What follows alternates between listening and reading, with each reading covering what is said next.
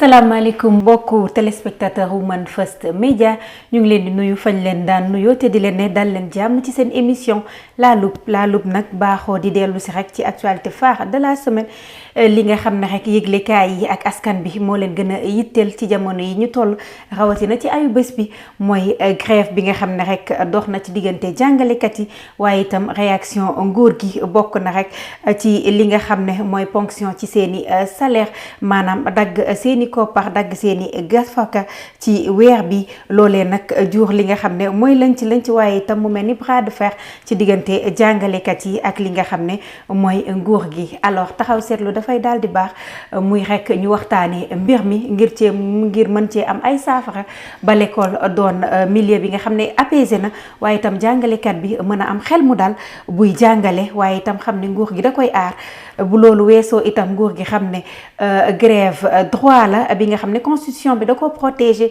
jàngalekat bi itam nangu ni kat ku grève am na li nga xam ne war nañ la ko mën a toppee lii le mooy yaxu waxtaan bi duñ ci wéet benn yoon tey ji dañ ciy dalal ki nga xam ne mooy Iba Der Thiombane di secrétaire général bu section CELS bu Kaolack waaye itam di chargé de l'organisation au niveau du bureau exécutif national bu CELS monsieur Thiombane nuyu naa la. maa ngi lay fay Betty nga may ma nuyu sa téléspectateurs yi ak sa téléspectatrices yi di nuyu doyen bi ñu bokkal plateau bi aussi balaa ñuy xuus ci waxtaan bi aussi nga may ma baalu la ak doyen bi ñu dendal ci weeru koor bu sell bi ñu nekk nii di leen baal ak aussi mais di nuyu aussi jàngalekatu Sénégal yépp di leen baal ak jàmbaar yooyu noonu nekk ci coin yi nekk ci Sénégal yépp coin ak recoin yi foo dem di nga fa fekk jàngalekat nga may ma nuyu leen ñoom aussi baalu leen ak baal leen ak nuyoo bi nag ma beral ci loxo ñi ma bokkal organisation syndicale muy le CELS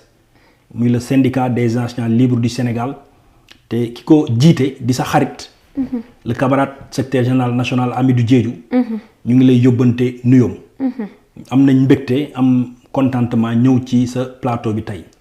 ñu lay ne dalal ak jàmm te di la jaajëfal bu baax a baax ci ni nga wuysee sunu invitation niñ koy defee ayu bés bu ne duñ ci wéet benn yoon dañuy dalal itam doyen Mamadou Sy Albert di sunu analyste politique doyen maa ngi lay nuyu. maa ngi lay fay am toujours mbégte waxtaan ak yow ci semaine bi surtout comme ni nga ko waxee éducation moom dafa soxal tey ci Sénégal askan bi yëpp. ñu ngi bàyyi seen xel ci lu xew ci éducation bi ak ban solution lañu war a seet pour nit ñi gën a dal xale yi gën a dal parents yi aussi gën a dal def naa lu am solo la waxtaan ci affaire éducation. su amee toujours grève day am conséquence moom. bon te ay firnde daal éducation. muy xale bi muy parent bi muy état bi bàyyiwul kenn personne ne peut être indifférent par rapport au remous de l'éducation. di nuyu waa kër gi yëpp di nuyu suñu invité bi également si Thiombane di ko wax moom tamit nañu baal loolu nañu boole baal ñu fekkee ñu bëri. allahumma amiin ñu bokk ko alors sans plus tarder dañ koy dooree rek ak monsieur Thiombane ñu fàttali rek ni comme ni ma ko waxee woon sànq yaa ngi bàyyeekoo ci section CELS bu Kaolack di doon seen secrétaire général waaye itam di chargé de l'organisation au niveau du bureau exécutif national du CELS laaj bu njëkk bi bokk na rek ci xam ani nan ngeen accueillir bii les nouvelles bi ngeen jotee li nga xam ne mooy seeni bulletin de salaire. waaw jërëjëf Yvette ni ñu ko accueillir comme ni ñu ko daan accueillir rek wax nga ko sànq ci sa biir wax kuy grève di nga xaar ponction donc ñun ponction bettu ñu et c'est pas la première fois aussi que ponction am mais xëy na ni mu amee nag moo jaaxal nit ñi comme ni nga ko waxee grève droit la mais loi aussi may na état mu ponctionner jàngalekat yi mais nag daf leen war a ponctionner jour yi ñu demul école. exactement loolu lañ doon xaar ci état bi. wante wax dëgg yàlla yaakaar naa seetlu bi ñëpp seetlu nañ ko Sénégal yëpp ko bokk seetloo ndor mooy li ñu dagg ci payeeru jàngalekat yi weesu na lool li ñu grève. loolu nag taxaw seetlu la lu ñu war a am ñun ñëpp. te yaakaar naa ci réew jubbanti la ñu wax. jubal jubbanti donc ci jubal jubbanti boobu dafa war a feeñ ci phase yëpp. mais jàngalekat warul grève dagg bi commencé mun naa la wax pratiquement ci 100 000 ba ci da ngay gis ku ñu dagg 300 000 ci mois de janvier rek. te grève wu ñu loolu noonu. donc loolu lu ñu war a seetaat la. te li ma jaaxal ci ponction yi mooy am na ñeneen pourtant ñoo xamante ne nii je donne l'exemple de l'Assemblée nationale. am na député yoo xam ne bi ñu leen falee ba léegi mais teewaguñu seen tànk ci kii ci hémicycle bi. te ba ni may wax ak yow nii. seen salaire musul tardé seen benn avantage yu ñu war a jot yëpp ñu ngi koy jot. kon xanaa xëy na jàngalekat yi ñoom ñoo amul bàjjen ci réew mi. noonu lañ ko mën a jàppee mais nag ñun dañ koy amuñu ci problème. parce que jàpp nañ ni c'était pour diviser les enseignants mais daf ñoo gën a may doole daf ñoo gën a may force yow seede nga ci démb am na audio bu ma la yónnee. comme l'occasion faisant la larron bi nga may wax émission bi. am jàngalekat bi may yónnee audio ne ma moom da doon grève CELS la bokk. waaye dafa seetlu ne dagguñu ko. mu doon lu ko metti xam nga loolu kon di la wan degré d'engagement jàngalekat yi. pour wax la ñun moom tàmm nañ ponction. ponction musul nekk suñu problème. kooku di ma xamal ne bi mu xëyee la ma yónneewaat lépp ne ma dama bëgg nga defaraatal ma sama adhésion bu dagg amaatee ñu may dagg comme ni ñuy daggee sama moromu jàngalekat. mu ne moom sax dafa xaw a am kersa ci le fait que dagguñu ko. donc bétti pour wax la rek ñun dagg bi. nekku musul nekk suñu problème. mais comme ni ma la ko waxee rek xëy na xanaa ñun kay ñun lañ traité en parent pauvre. bu ñuy dagg nañ ko teg ci yoon. comme bu ñu waree dem grève ñu dem grève ci yoon ñun tamit parce que droit de grève constitution moo ñu ko may. te loolu yaakaar naa ne nit mu ñuy xoxotal ci mooy yoo mën a utiliser. ba teree ñu exercer suñu droit boobu noonu muy un droit constitutionnel. waaw donc loolu rek laa am ci ponction bi mais daal bu ñu sañoon. état buy dagg.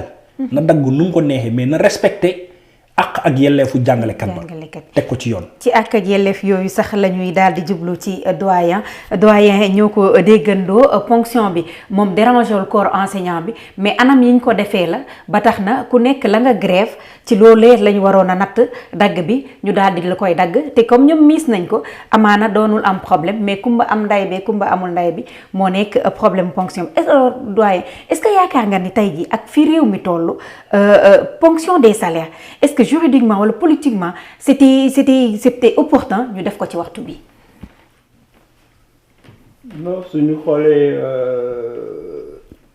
situation bu ñu nekk quand même am na daje bu rëy.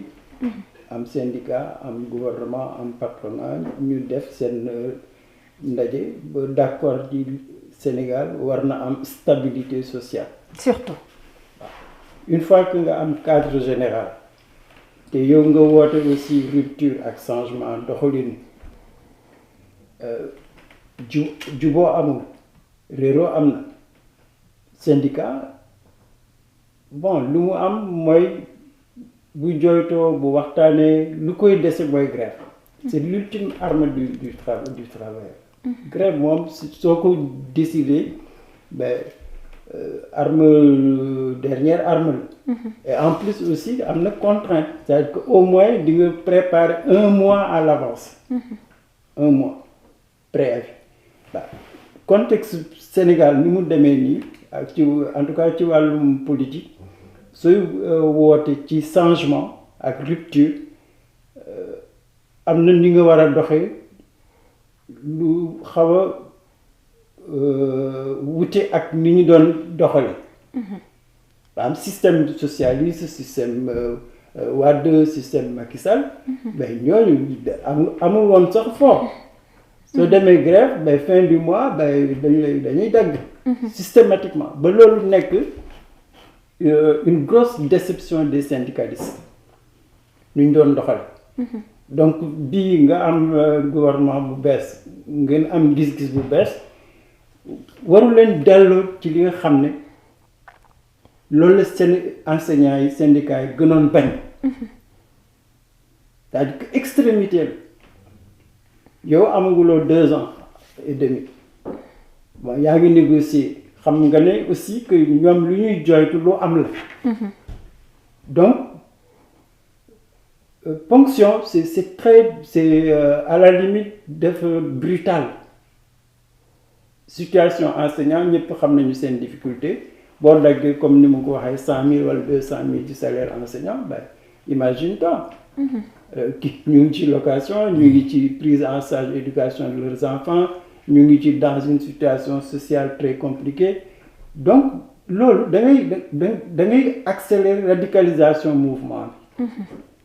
Je pense que ñoom gouvernement bi war na quand même xalaat bañ a yàkkamti def coupure bu mel ni retenue bu mel ni ba beneen côté bi aussi les enseignants contexte bi mu nekk fi ñu nekk ni yaakaar naa gouvernement bi ak syndicat yi dañu war a waxtaan dëgg-dëgg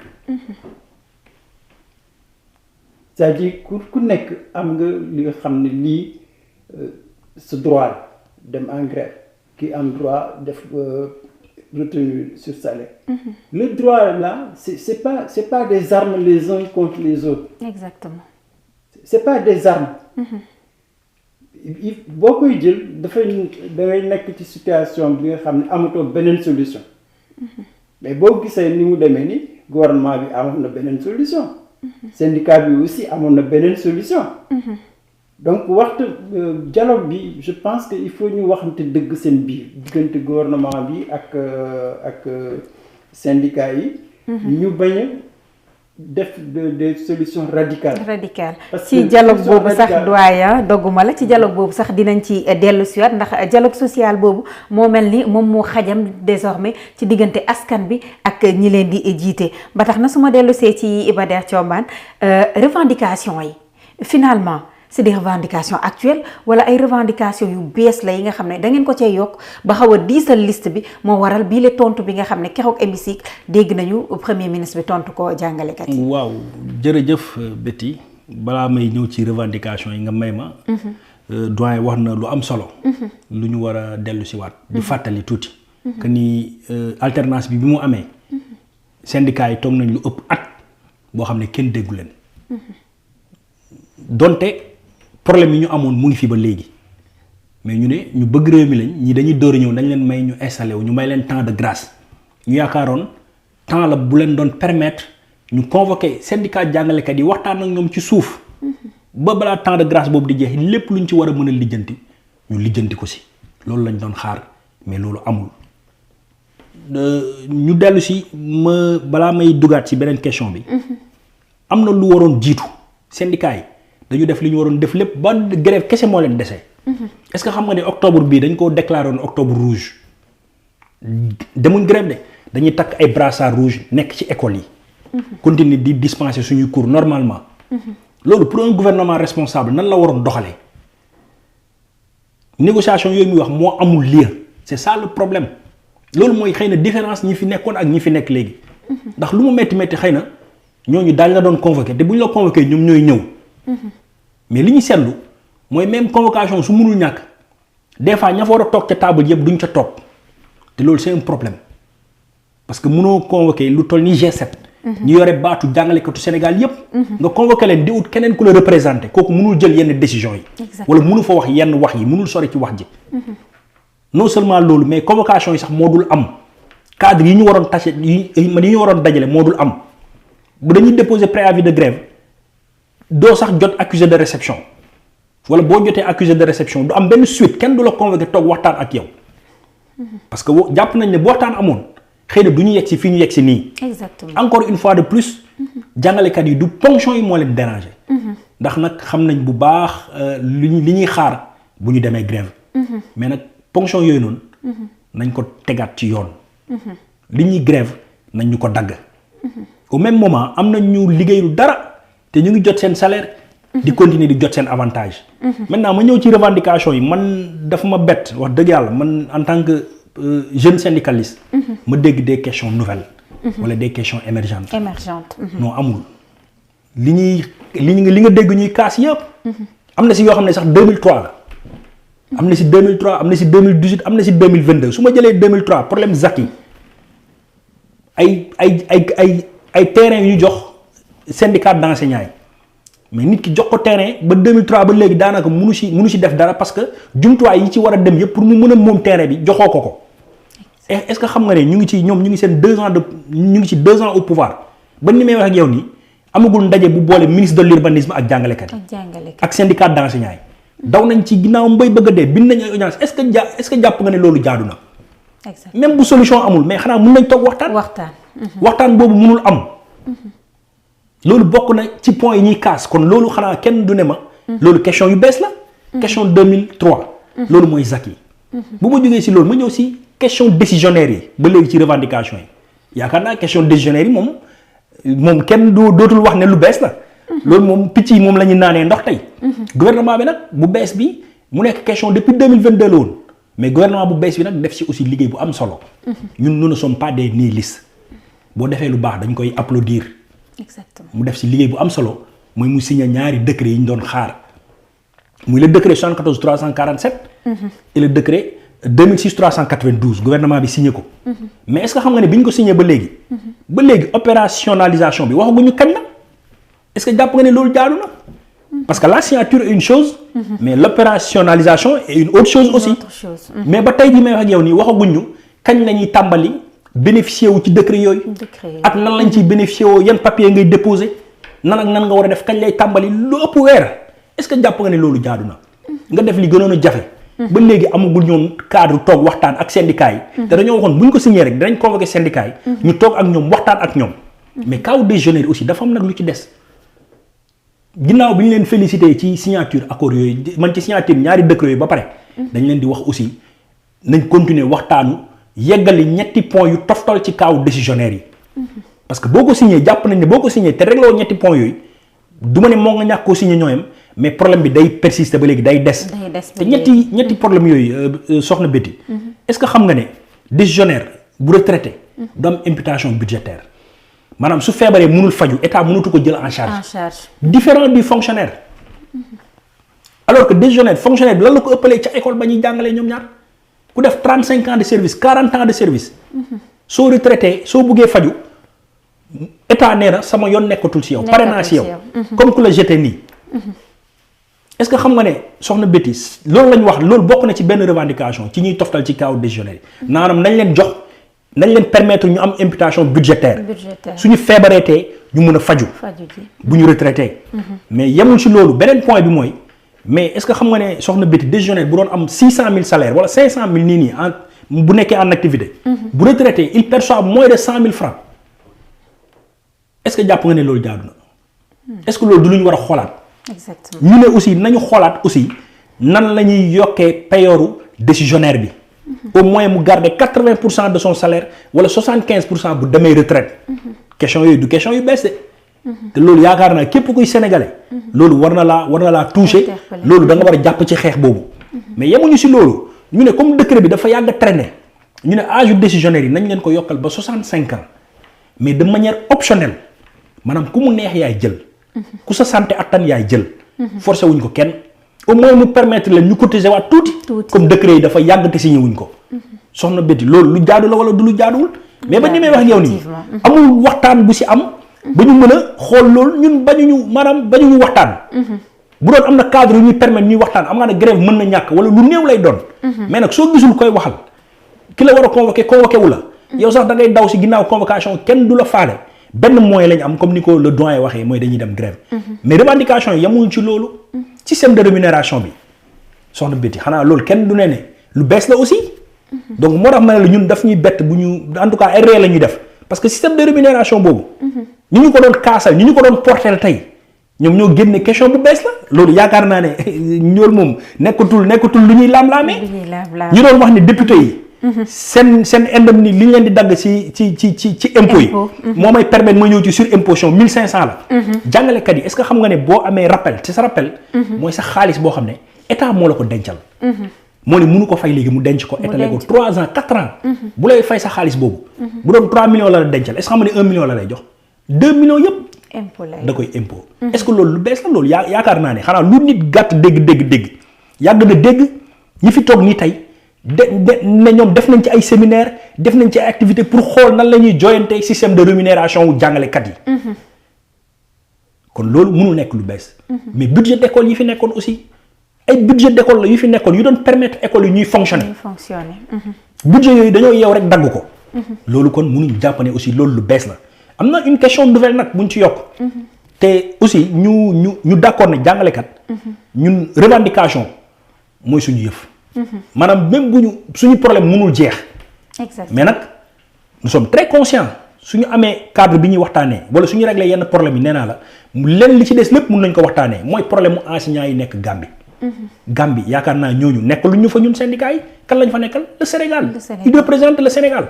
est-ce que xam nga ñooñu amuñ benn statut est-ce que loolu rafet na ci deru Sénégal sax loolu la ñuy wax xëy na xanaa loolu ñoom la ñuy woowee question bu bees te loolu yaakaar naa état moo ko waroon porter.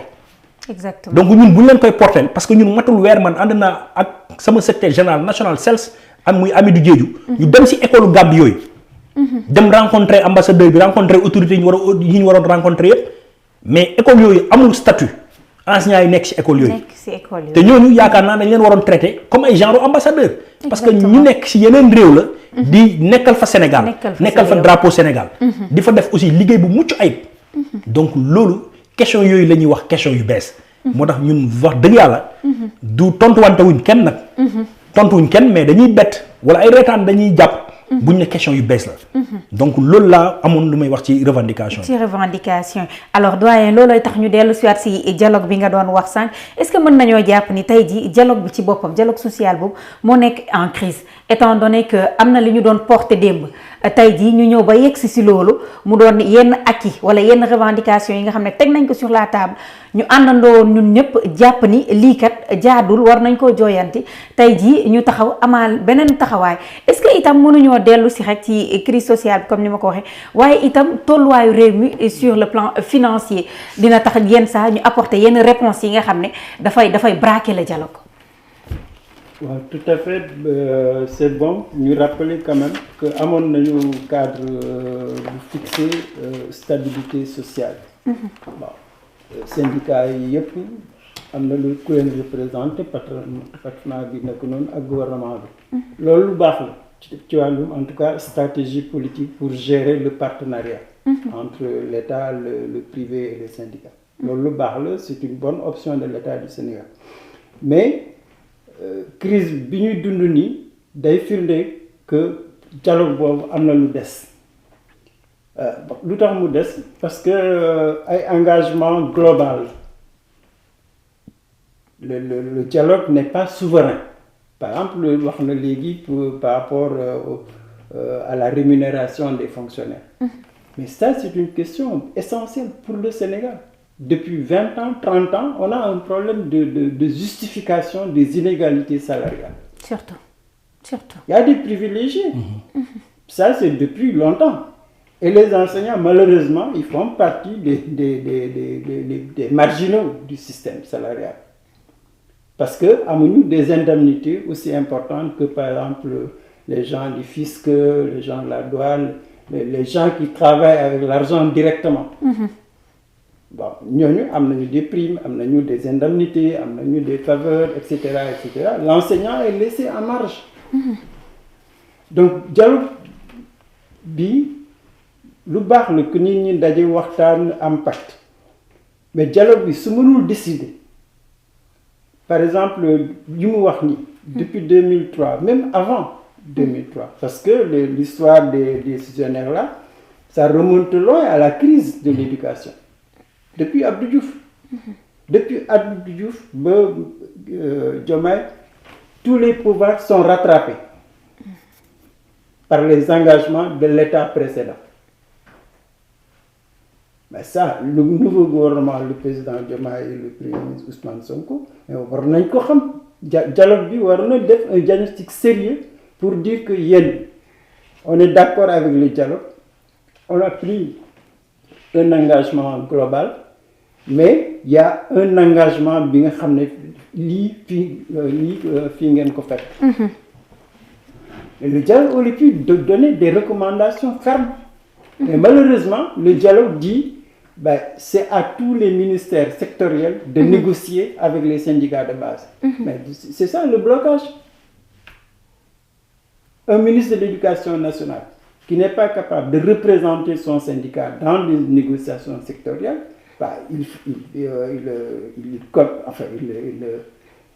Il peut pas avoir la confiance des enseignants.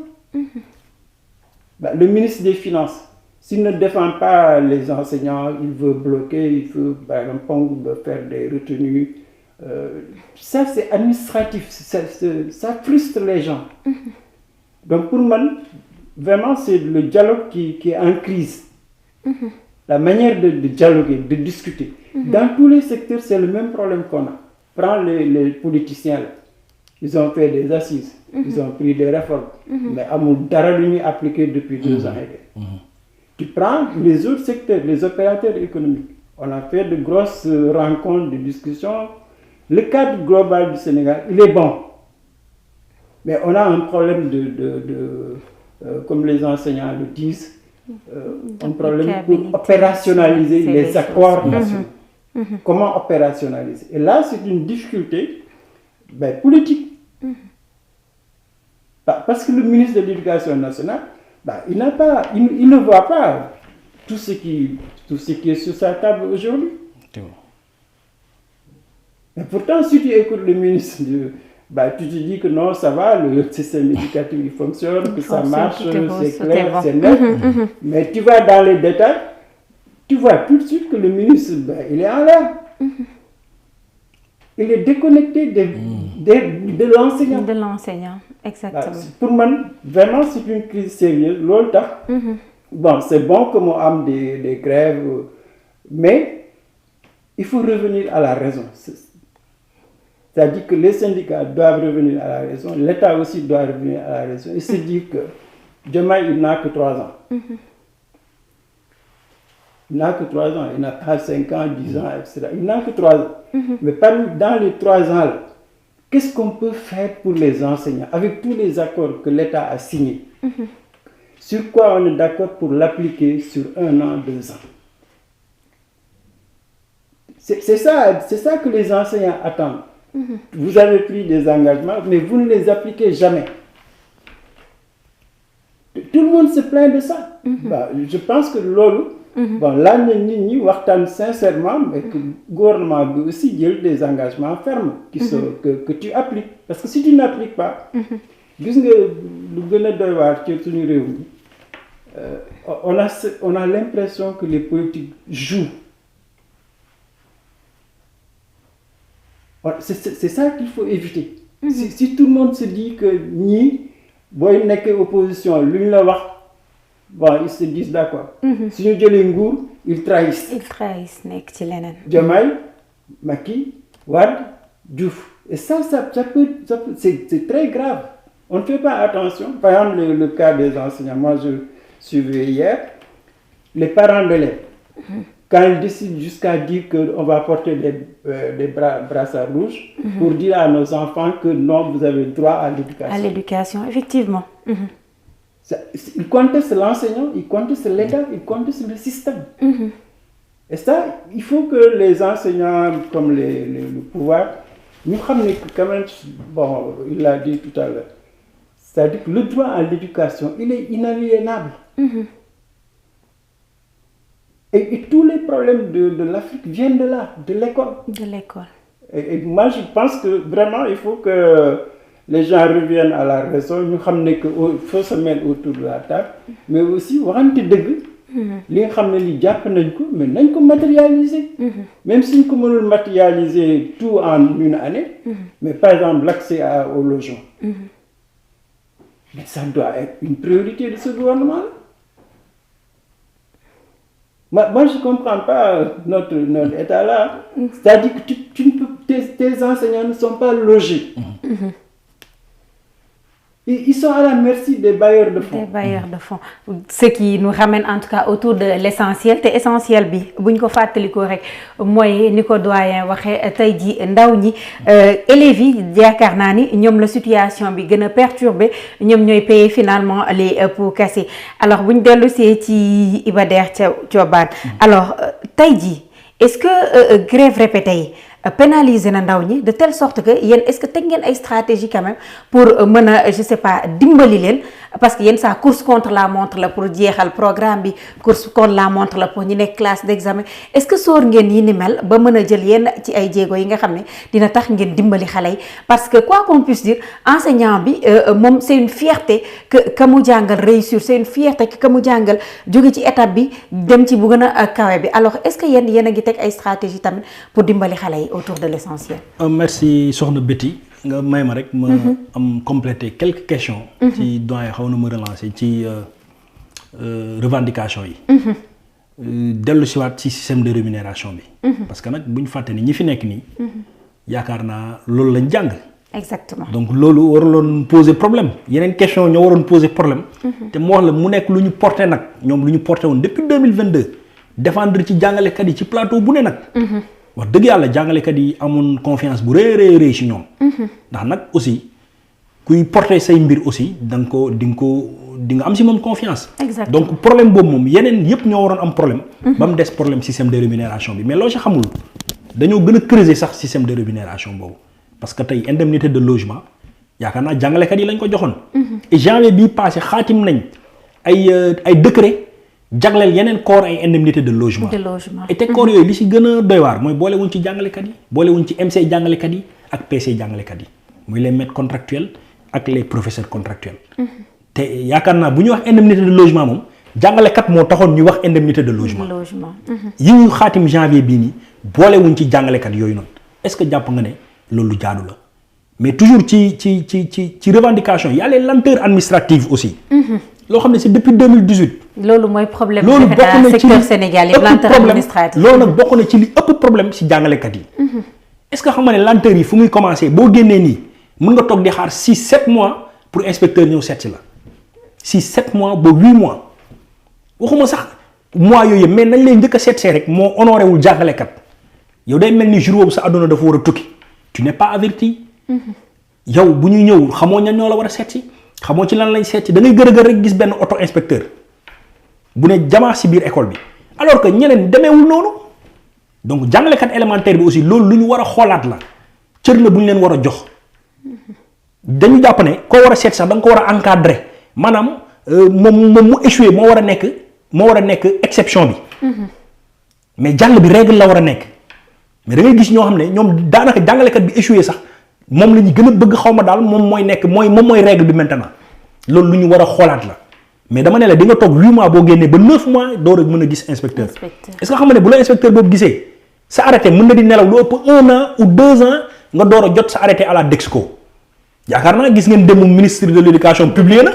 Est-ce que xam nga ne yi mu publié noonu mooy ay arrêté 2024 ñu ngi seetaan ay octobre 2024 yooyu la ñuy wax. ay octobre ay 2025 yooyu la ñuy wax ne mooy waaj a génn nii. arrêté bokkul ak acte bi de. su arrêté boobu génnee da ngay constituer yeneen dossier nga dem déposer waat ko à l'IEF mën na nelaw IEF 1 mois 2 mois mu dem IA mu nelaw fa 1 mois 2 mois door a dem éducation nelaw fa dem fonction publique ba bu demee fonction publique bu defee circuit ba fële na à la primature mën na fa tëdd 5 mois di nelaw pour simple numérotation de l'acte. Est-ce que jàpp nga ne loolu jaadu na te li ma jaaxal ci mbir mi. mooy fonction yi bi mu amee mais soxlawuñ circuit boobu yëpp. kon nga xam ne état lu mu bëgg a def da koy def. alors que ñi mu war a dagg ñëpp dagg na leen. ba dagg ñi mu war a dagg parce que am na ñi nga xam ne grève ñu. wala loolu nan la ko Sénégal war a jàngatee même pas weer nga dagg si des milliers d'enseignants. te kenn déposé wul dara maanaam amul enseignant bu dem IEF déema déposé xëy na ñoom seen i ñoom ñoo organiser seen i mbir ba def seen maatay national bi ñu ko mën a wooyee. mais très rapidement ñu régler affaire bi dagg ñi mu war a dagg ñëpp. alors que boo waree am yow sa carrière sa acte. bu la war a impacter. mu mën a def 1 an 2 ans du génn. Est-ce que jàpp nga ne loolu jaadu na soxna Betty. te loolu nag du lu bees loolu depuis 2018 la mu ngi ci accordu 2018 yi. li may wax nii su ma àndaale woon accord yi. looy mën a lire noir sur blanc la. sur un papier. donc loolu du lu bees léegi nag ñëw ci sa question bi. dina impacter. mën na impacter élèves yi. mais nag. dama lay waxaat rek yaakaar naa ne droit à l'éducation état moo ko war a garantir moom moo war a garantiral ses enfants droit à l'éducation mais nag éducation dafa am prix aussi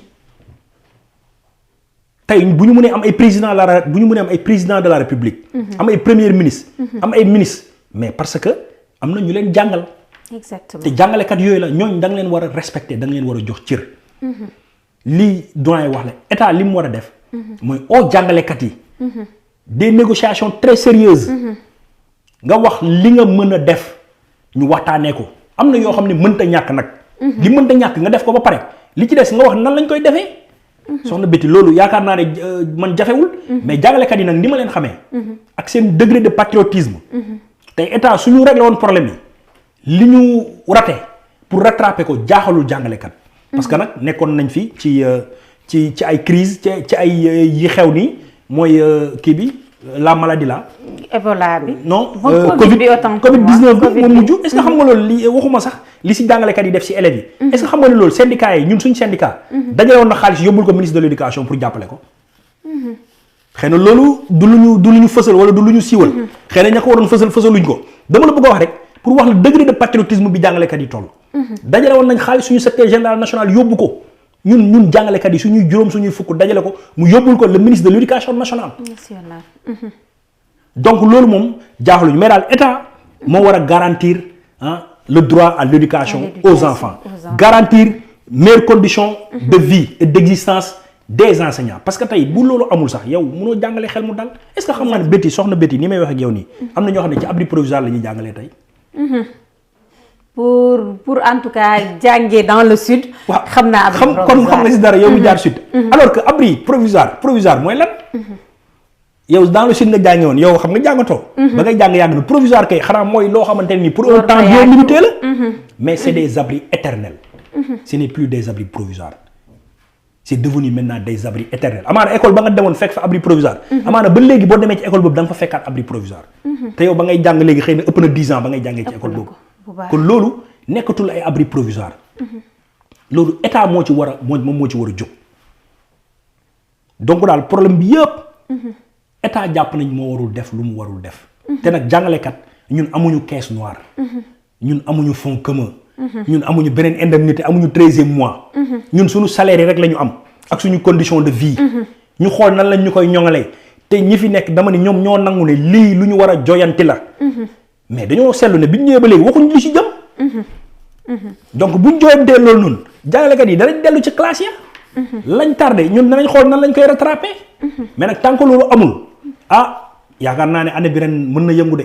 soxna Betty commencé naa yëngu déjà. waaw ci commencé yëngu googu sax la ñuy dem ci doyen alors doyen lan nga yaakaar ni tey jii bu ñu ko defee dinañu mën a apporter des réponses concrètes en tout cas et objectives ci revendication enseignants yi ba restaurer le dialogue waaye itam sauver l'année comme on ose le dire. non yaakaar naa il faut ñu am des concertations mais pas pour discuter mais. Concertation dans le sens que situation bi ñëpp xam nañ ko. syndicats yi xam nañu état bi xam na patronat bi xam na mais lu des mooy l'engagement dans le concret.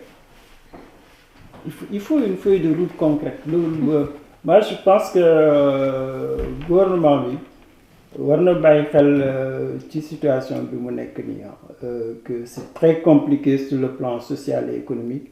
soo ci boolee secteur éducatif ak santé naroo liggéey. Ça c'est objectif c'est les deux secteurs tout simplement. Éducation et santé waxuma administration. c'est les trois piliers de notre économie de notre État donc waruñu fooyee à mon avis vraiment il y a un problème de responsabilité gouvernementale. Il y a pas de raison pour accepter de déstabiliser ces secteurs-là. Il n'y a pas de raison. C'est des priorités. Mais malheureusement, bon, c'est le constat. Devenus que priorité depuis 2024. Hein? Ça, c'est la réalité. Bon. Maintenant, pourquoi définir comme priorité? Je crois que c'est la situation du pays telle que ça fonctionne.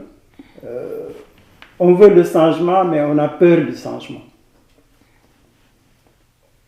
Et, par exemple, le secteur de l'éducation est là. C'est-à-dire lu ñuy wax yépp soo xoolee Sonko nga xool Diomaye nga xool leurs alliés mais les revendications du PASTEF ont été soutenues par le secteur de l'éducation, par les élèves, par les étudiants, par la jeunesse. Donc ñoom amuñu excuse. Et je pense que il faut qu'ils disent qu'ils reconnaissent. ñu woo donc les syndicats le patronat. ñu am une feuille de route. pour sauver l'année. exactement. pour sauver l'année. maa ngi la doon wax que ils sont rattrapés. Mais le gouvernement, je pense qu'il n'est pas conscient d'une chose. Gis ngeen le problème des étudiants là, les rappels des étudiants là. Ça date de 2003 avec la mise en œuvre de la réforme LMD. Le système LMD. Et là, si tu ne comprends pas, ce n'est qu'une conséquence de la réforme, tu vas te tromper. Et je crois que le gouvernement doit savoir que la situation sociale et économique, c'est très difficile. Il faut que nous ayons un engagement ferme de satisfaire les revendications des enseignants. Pour moi, c'est la priorité pour stabiliser même ce régime. Imagine-toi que nous avons une année chahutée en 2026 à l'école, dans les universités. Mais le Sénégal n'a pas les moyens financiers de gérer une crise sociale. Ça, il ne faut pas qu'il se trompe. La crise sociale, elle a un coût politique. Elle a un coût politique dur, très dur. Abdou Diouf a été solide pour gérer les crises de 88 jusqu'à 2000 parce qu'il avait un pouvoir solide. Mais nous, ils n'ont pas un pouvoir solide. C'est même pas 2 ans, ils n'ont même pas 3 ans. Donc, c'est vrai que les problèmes financiers sont réels. Mais même les problèmes financiers, il faut qu'ils aient une méthode pour expliquer quel est le problème financier de l'État du Sénégal. Pour moi, petite concertation, par exemple, mais la réduction du train de vie de l'État, mais c'est surtout. Il faut qu'ils aient le courage de réduire le train de vie de l'État. Je ne vois pas. Jusqu'à présent, ils avaient annoncé suppression de certaines agences, requalification des agences, mais il faut prendre une mesure pour supprimer. Il y a des agences inutiles.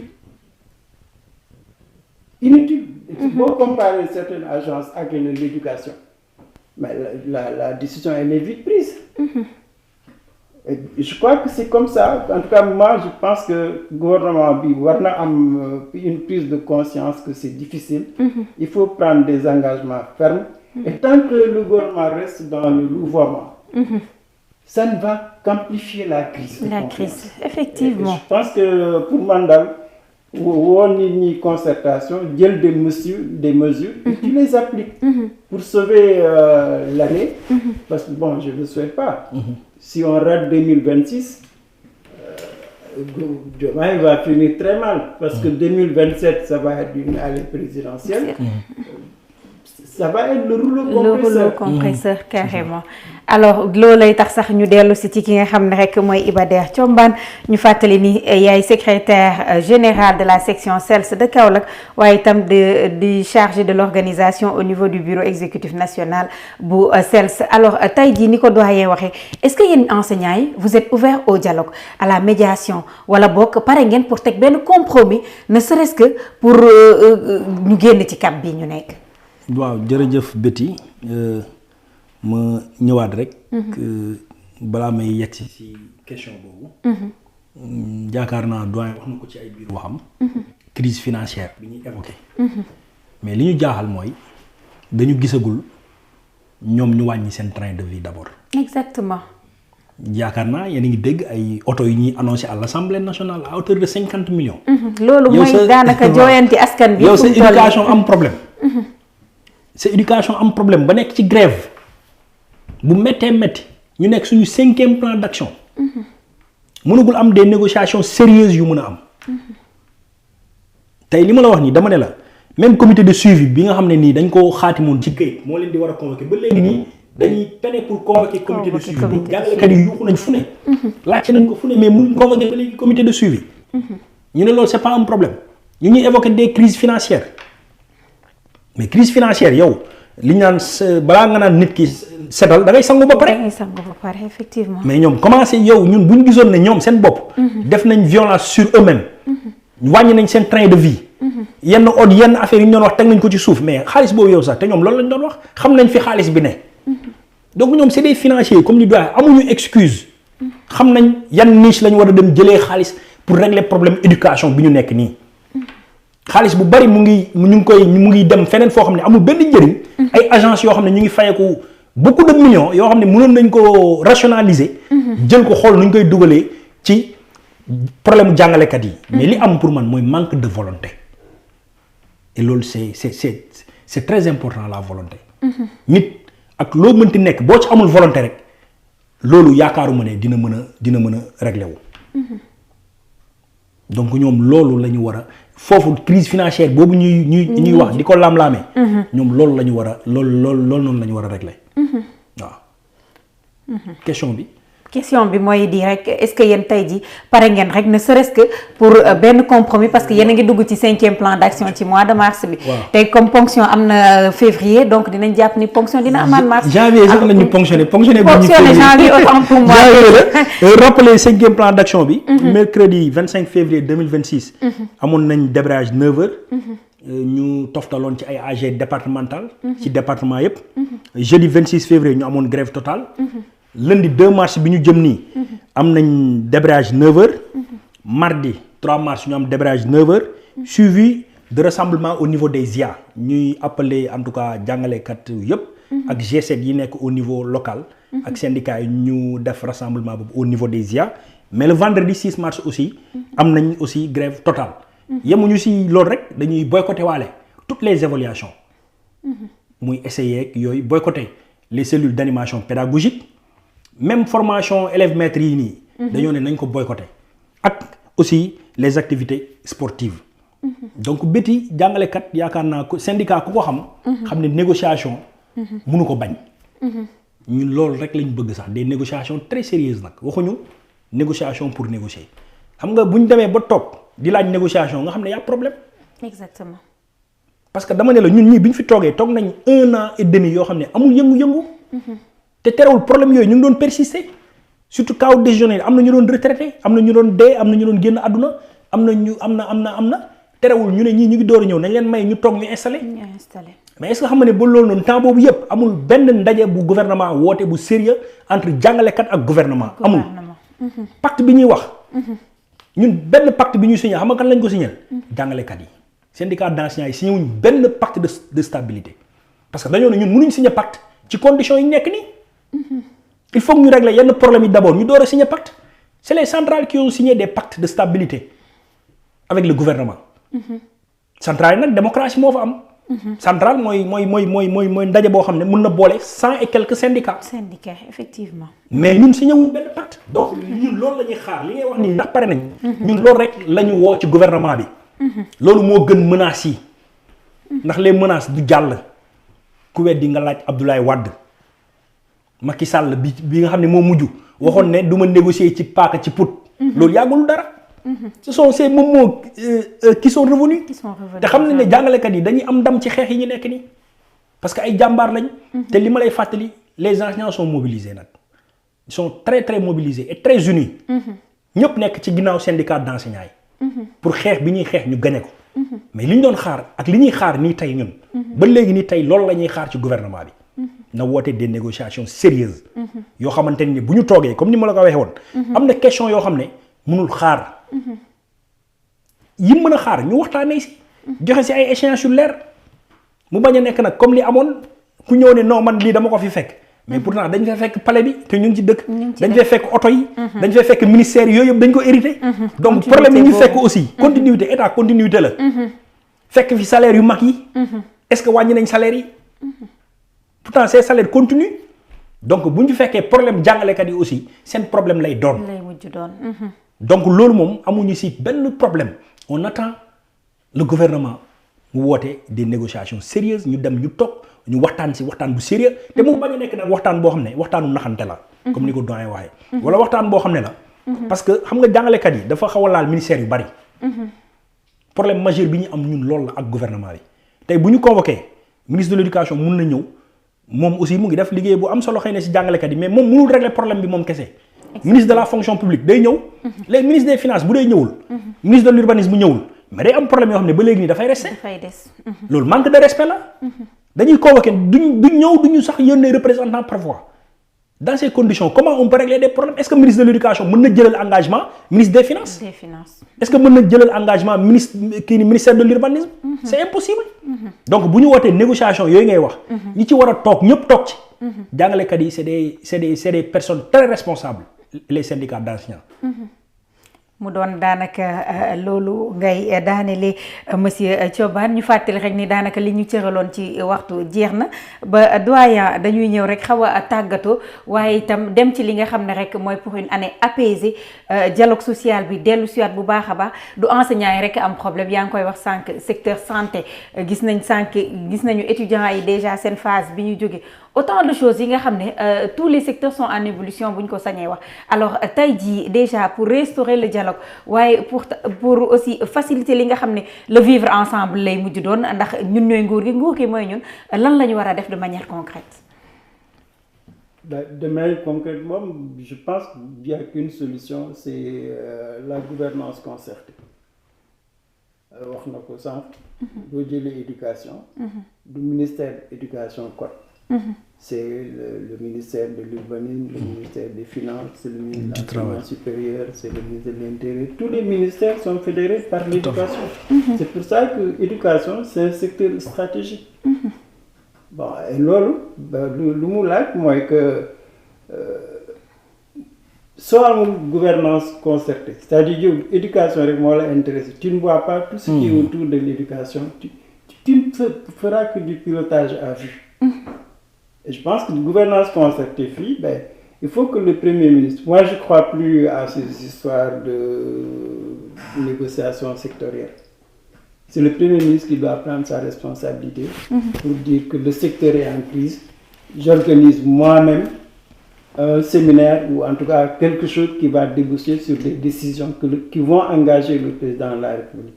Affaire bi yëpp foofu la nekk. Quand je prends par exemple les universités publiques sénégalaises, à chaque fois que mu am réforme, on ne reste pas dans la concertation. Dañuy concerter jël suñu décision dem ci président de la République mu jël des directives.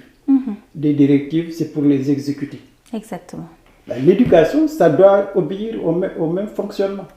Tey jii su président jëloon des directives, ministre bi amul fu mu mënta jaar. Muy éducation bi muy finance bi muy urbanisme c'est des directives que l'État va appliquer. C'est ça qui va faire que l'administration va appliquer les décisions du chef de l'État. Pour moi, il faut vraiment avoir une vision claire, une gouvernance concertée. J'oublie pas les élèves, les parents. Surtout. Parce que solution bi quand tu mets l'enseignant au cœur de cette affaire-là, mais tu as des chances pour que ça soit stable. Et pour moi, vraiment, c'est cette vision-là qui manque malheureusement au gouvernement. Maintenant, c'est au Premier ministre. Il faut que nous disions ses responsabilités. Je suis désolé aussi de dire que tu as les invectives.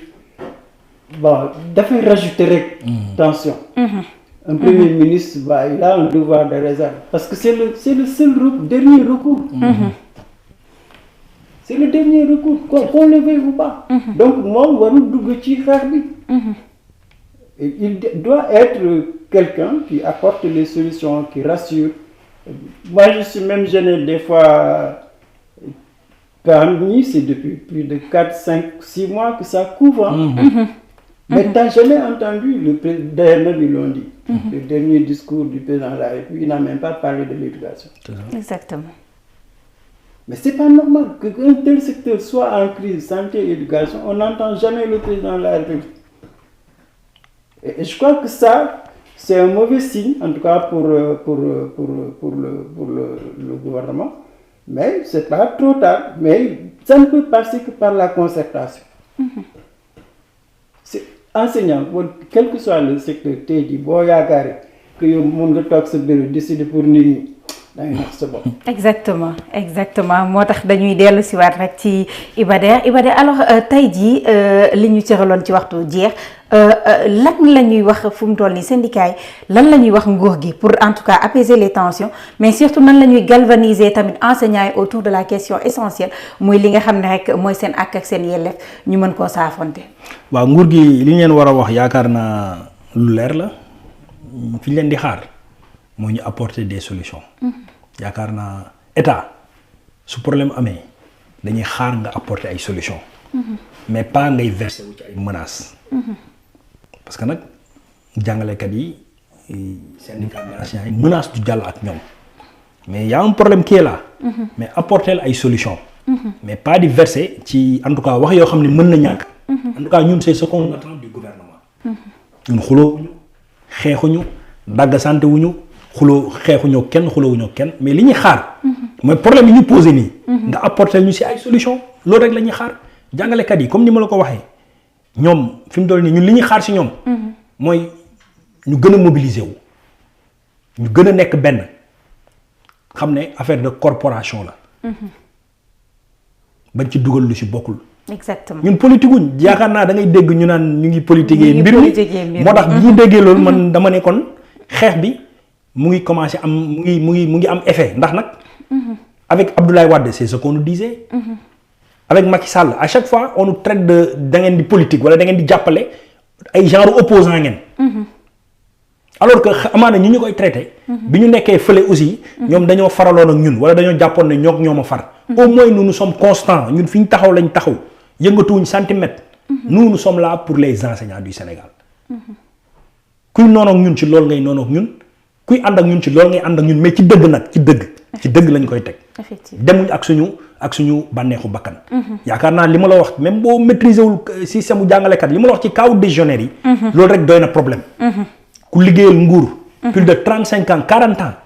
nga doon am 500000 ak ñi xam kër fii. ni mu méttee location yooyu nga retraité. tu peines à avoir 80 000 francs de salaire. yaakaar naa loolu lu ñu war a xoolaat la soxna si. exactement. yemuñu foofu ñu ne la boo feebaree. fonctionnaire bi nga xam ne moom dañ koy fay sax moom salaire am liñ koy maanaam dina am salaire bu tane. moom mën na dem faju état day continuer di ko accompagner yow mi sa salaire tuuti. état dalay sànni fële.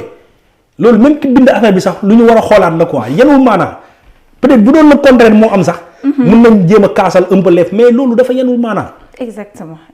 donc loolu daal la ñuy xaar comme yaakaar naa sama dernière kii la ma tàggatoo waale. di nga may ma profiter nuyu waa Kaolack. comme vous l'avez dit au début. je suis le secrétaire général de la section de Kaolack. ci confiance bi ñu am renouveler ma seen confiance maa ngi sama 2e mandat. di leen nuyu di leen jaare ci weeru koor bi ñoom aussi. di leen baalu àq di nuyuwaat le camarade secrétaire général national Amidou Diédhiou di ko féliciter moom aussi. mu ngi ci 2e mandat am suñu 7e congrès bi ñu ko teniree c'était au mois de septembre yàggul. à l'unanimité jàngalekat yépp amaat confiance ci moom jiitalaat ko ndax liggéey bu am solo bi mu nekk di def yaakaar naa kenn dootu ko naatable. Amidou Diédhiou tey système éducatif bi mu ngi ciy jouer rôle bu am solo pour jàngalekat yi mais pour état bi sax. mu ngi rendre un service énorme. en tout cas pour le Sénégal. donc loolu laay tëjee di gën a wax enseignants yi nañ gën a mobiliser wu. di xam ne kuy xeex nag. day xaar ñu dóor la ay coups. ñun dañuy dóor nañ fexe bu ñuy dóor mu dal. mais nag bu ñu dóoree aussi nañ ko encaisser. mais ñu ngi ciy sant yàlla ba ko jàngalekat yi xamee noonu. bañ ko nangoo aussi. ndax ci rappel rek foofu laay daanelee. envoyé naa la audio boo xam ne. nit nee na ma damaa bëgg cobaan prochaine fois ñu dagg ma comme ni ñu daggee samay morom. yemul ci loolu matérialiser na ko xëy na tey yónnee ma li ñu war a def lépp pour ñu enrôler ko mu duggaat ci syndicat bi. kon xam nga ñooñu. tiituñu dagg. di la remercier bu baax a baax ci invitation bi. yaakaar naa suñu première ñëw la mais espérons que du nekk suñu dernière ñëw. incha allah di nuyuwaat doyen bu baax a baax. ñëw buy amaat après jigéen mooy ñëw tamit. jigéen mooy ñëw incha allah waaw ñu xool njàng mi nan la ko jigéen ñi gisee ñoom ñi di jàngale. incha allah di nuyu aussi techniciens yi ñu nekkoon suñu ginnaaw. ñu ngi leen di nuyu bu baax a baax aussi si liggéey bu am solo bi ñuy def merci beaucoup. ñu leen di jaajëfal bu baax a baax moom doyen Mamadou Sy Albert waaye tam moom suñu invité di Iba Der Thioban di secrétaire général bu section CELS bu Kaolack di leen jaajëfal bu baax a baax yéen mbokk auditeurs yi te rek di daane leen ni amaana pënd gi wureegul ci diggante enseignants yi ak nguur gi waaye li am solo rek mooy képp ci ñoom mu bàyyi xel li nga xam ne rek mooy ak yelleefu ndaw ñi nga xam ne jàng c'est un droit bi nga xam ne xale yi duñ ko quémander duñ ko yelwaan duñ ko négocier duñ ko neexal kenn itam seen wareef la seen àq la ak seen yelleef dafa war a mat sëkk bu loolu weesoo itam ñu dellu si autour de l'essentiel li nga xam ne rek mooy dialogue social waxtaan tënk ay point te buñ ko tënkee itam càkkuteef yooyu ñu xool ani nan lañ ko mën a doxalee ba ku nekk si ñun moo xam nguur gi moo xam jàngalekat yi ñu gis ci seen bopp ñu doxalee ko ndax kat ñun ñëpp jàmmu Sénégal moo ñu ñor jaa ngeen jëf ci déglu bi.